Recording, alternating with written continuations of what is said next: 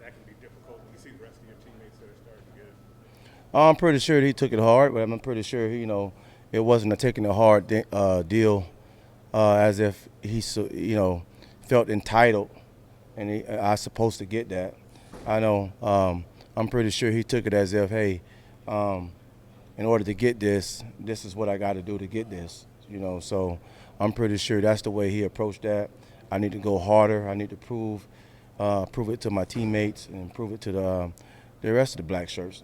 Guys that wore the black shirts here in Nebraska. So What do you think about the way Cam played in that game?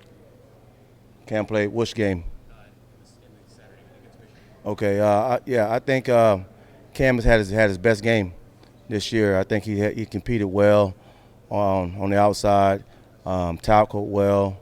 Um, they gave us a lot of deep balls in the game. I think he did a great job of defending those passes, and I think just Cam is improving, and get back to the way that he knows that he can play. What have you seen with his progression or just kind of the path that he's been on this year? I mean, he mentioned, I think, after the Northwestern game that he was maybe pressing, and you saw it obviously maybe carrying over from special teams to defense, and now, like you said, played his best game against good receivers. Yeah. What's happening with him, week to week? Yeah, just me just trying to settle Cam down, and he just started off just trying to make every play, and that's what it was. You get guys that have so much athleticism and they want to go out and make a play for the team, and it's not as sometimes we don't need that. Sometimes we just need you to do, your job and do a great job of doing your job. And so I think for the most part, and even on special teams, just Cam's just trying to go out and make an explosive play. And that's what he normally is doing out here in practice every day. He's making an explosive play about every day. So he's just went into those games and trying to make those explosive plays. But the difference is, and it's what I've been trying to get him.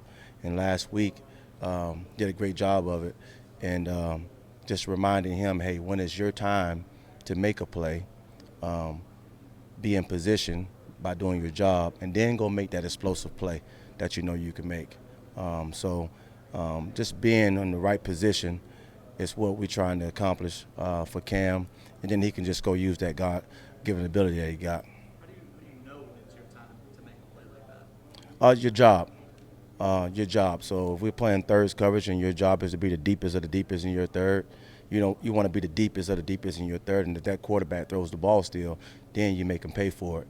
So that's what I'm talking about. Just be the deepest of the deepest in your third. Don't be looking at something in the flats when it's your job to be the deepest of the deepest in your third.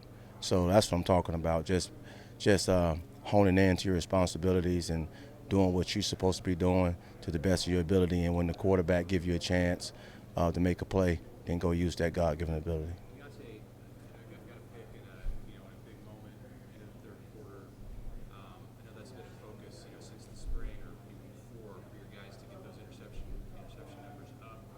How do you see their movement in that area, their progress in that area, and being ball hawks and creating turnovers? I think that Deontay doing a great job of creating turnovers. I mean, be honest with you, those guys are doing a great job of trying to limit the explosive plays. I think we can do a better job of making some plays on the ball and get more interceptions. We got plenty of opportunity to do that the rest of the season. But I think those guys are doing a great job of, limiting the explosive plays on the back end for the most part. They do give up some, and we're trying to limit those, and we're trying to limit the little ones that they do give up. If it's one or two a game, we're trying to limit the one or two a game. But when we get the opportunity to go up and get the ball, that's the most important thing, getting that ball back for our offense. Limiting those explosive plays, has that been a process for those guys this year? How have you seen them kind of grow into that? It's just day one. Hey, this the day one. The goal is, hey, we want to be, if that was a stat, just being the top team in the country at not allowing the explosive plays, and that was day one coming in before spring ball, and that was the goal. So those guys know what we're trying to accomplish here on defense, especially in the secondary, and also when they do get a chance to quarterback does throw the ball and they do get a chance to make a play, now you got to make it. You know what it means for players to earn a black shirt? What does it mean for you as a coach when you're giving them one? What are you saying to them? Well, I don't give it to him. Coach Shenander does, so that's a. You guys are staff. Yep. I think it means a lot. It means a lot. First of all, the guys before these guys here that wore a black shirt here in Nebraska, it means a lot. And it weighs on the shoulders of a lot of people that they don't even know. They haven't even met yet. But they know the history. And they also know that every last player that's worn a black shirt here in Nebraska is sitting home expecting. It's a high expectation, all right? And it's a standard that you got to have to even put that jersey on. It's a standard, and you got to hold that standard. So it's not about getting the jersey, all right? It's about the standard now that you got the jersey, all right? And that's what it was a long time ago. And with these guys, it means a lot to these guys to even earn a black shirt. And then it's a whole nother level of now I have to do what it takes to keep that black shirt. All right, so I think it means a lot to the guys that's wearing them right now, and it also means a lot to the guys that's not wearing them to try to get one. Have you seen the guys that played corner for you this year kind of settle in to where they're at? It seems like they're in a pretty good spot right now. Can you say it again? How have you seen the guys that played corner for you this year just kind of settle into that role? It seems like they're in a pretty good spot. Yeah, they're doing a great job. I mean, they're doing a great job. I mean, they're competing. You can put them in any type of coverage, and they're out there competing. They've passed some tough opponents this year. You know, it's very competitive here in the Big Ten, but these guys fit right in. Playing against Oklahoma, playing against Michigan, every last game we've played pretty much. They've had some good talent on the outside, and these guys doing a great job of playing corner. You mentioned Q's tackling on the perimeter on Saturday. That's something I remember back after the Illinois game. I remember some of the older guys were praising him for that. How has he progressed as a tackler since he got here? Yeah, I mean that last week was his best week of displaying tackling on the perimeter, I think. And as I told him after the game, hey, let's build on this. All right, let's build on this, and he knows it. So this week we expect the same thing. We practiced it today, yesterday, and so this is an everyday deal for him and Cam and anybody that plays that position. Hey, we need to make tackles out here on the perimeter. We know the ball is coming out here. We got to make a tackle. So. Was he good at that right away when he got here? No, that's something that you got to work on. You're not just going to jump out on the field and just make those kind of tackles out there on the perimeter. It's just so much space. Receivers have so much space to go in and out. So it's just, being able, and you're doing it at a very high speed, without slowing down.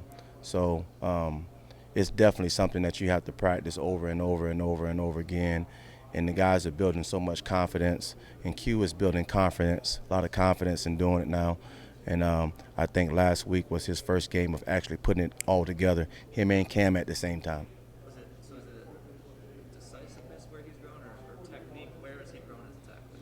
I think it's every piece of it, because it takes that, it takes every piece of that to make that play. It's just not just the physical part of the game, but it's also been decisive. It's also being correct and getting out of your breaks.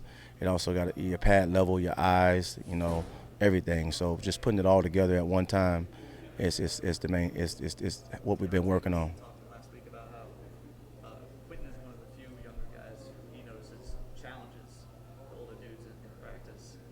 What does that mean? When he's challenging some of the older guys in practice, what does he do? And that's just the culture. That's just the culture.